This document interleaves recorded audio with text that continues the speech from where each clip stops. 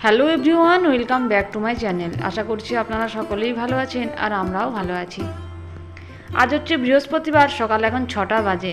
ঘুম থেকে উঠে আমি সবার প্রথমে ঘরের চাবিগুলো খুলে নিচ্ছি।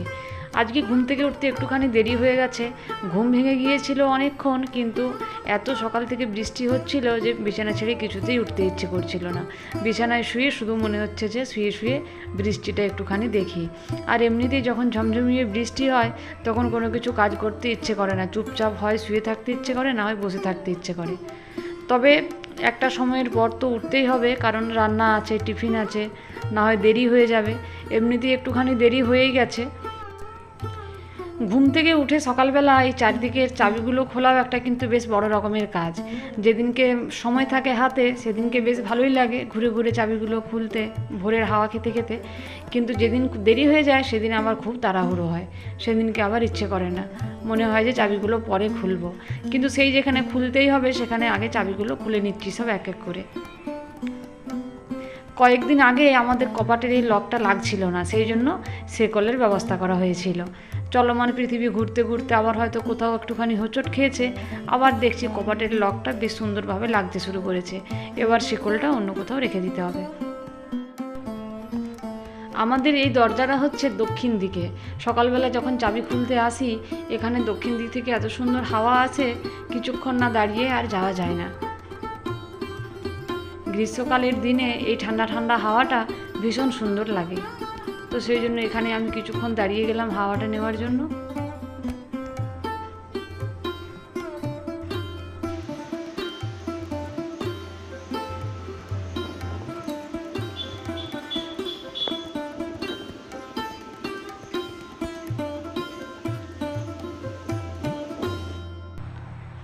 হাওয়া খাওয়া শেষ, এবার চলে যাচ্ছি বাড়ির ভেতরের দিকে। আরও বেশি হাওয়া খেতে গেলে এবার ছেলে মেয়েদের হাওয়া খেয়ে স্কুলে যেতে হবে। চাবিগুলো খুলে সারাদিন এখানে বাইরে রাখা থাকে, রাত্রেবেলা চাবি দিয়ে আবার বাড়ির ভেতরে নিয়ে যাওয়া হয়। সেই জন্য চাবিকাঠিটা এখানেই রেখে দিলাম। এখন আমি চলে যাচ্ছি বাড়ির ভেতরে।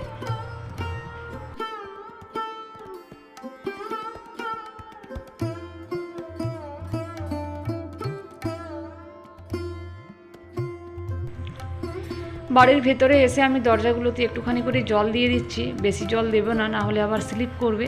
ওই জন্য একটা সাইড করে একটুখানি জল দিলাম। এবার তুলসী তলায় জল দিয়ে দিচ্ছি। আজকে যদিও আমার জলের ভরসায় কেউ নেই, কারণ বৃষ্টি হয়েছে তো গাছপাতা উঠোন সব জায়গাতে একদম জলে ভেজা। আর সবুজ গাছের পাতাগুলোর ওপর এরকম জলের কণাগুলো দেখতে এত সুন্দর লাগছিল, বাড়ির শত কাজ ফেলে রেখেও সেই জন্য আমি একটুখানি করে এগুলো ক্যামেরাবন্দি করে নিচ্ছি। কারণ যখনই ভালো কিছু দেখি তখনই সেগুলোর হয় ছবি তুলতে ইচ্ছে করে, না হয় ভিডিও করতে ইচ্ছে করে। সেরকমই এটাও একটা খুব সুন্দর আমার দেখতে লাগছিল, চারিদিকটা সবুজে সবুজময়। তো সেই জন্য বাড়ির সব কাজ ফেলে রেখে আমি এগুলো একটুখানি করে ক্যামেরাবন্দি করছি। টবটার মাটিটা এতটাই শক্ত হয়ে বসে গেছে যে জলটা আর তলা দিয়ে নামতে পারেনি, উপরেই জমা হয়ে রয়ে গেছে। সব গাছের পাতাগুলো কি সুন্দর টকটক করছে সবুজ, আর তার সঙ্গে বাদলি হাওয়া দিচ্ছে। মৃদুমন্দ হাওয়াতে গাছগুলো এত সুন্দর নড়ছে আর দুলছে, ভীষণ ভালো লাগছে দেখতে।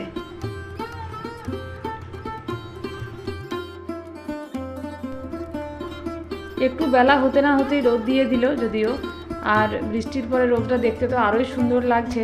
আর এমনিতে এই রোদটা দিলে পৃথিবীটা যেরকম পরিষ্কার হয়ে যায়, মনটাও সেরকম পরিষ্কার হয়ে যায়, আনন্দে একদম ভরে ওঠে।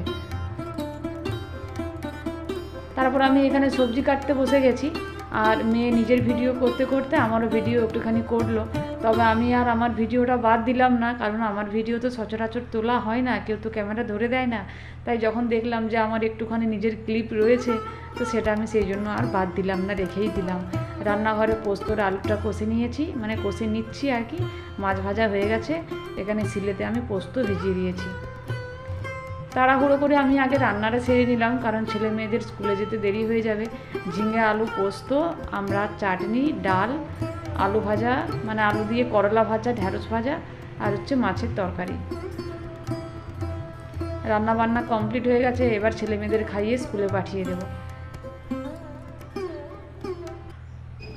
টাইটেলে আজকে যে চিন্তার কথাটা বলেছিলাম সেটা হচ্ছে এই চিন্তাটা।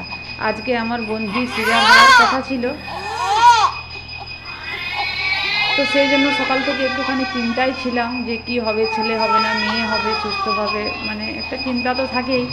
তো অবশেষে খবরটা পেলাম 10:30, 10:40, 42 এরকম সময় খবরটা পেলাম যে আমার বোনঝি মেয়ে হয়েছে, সুন্দর ফুটফুটে মেয়ে হয়েছে একটা, খুব সুন্দর। আর এই যে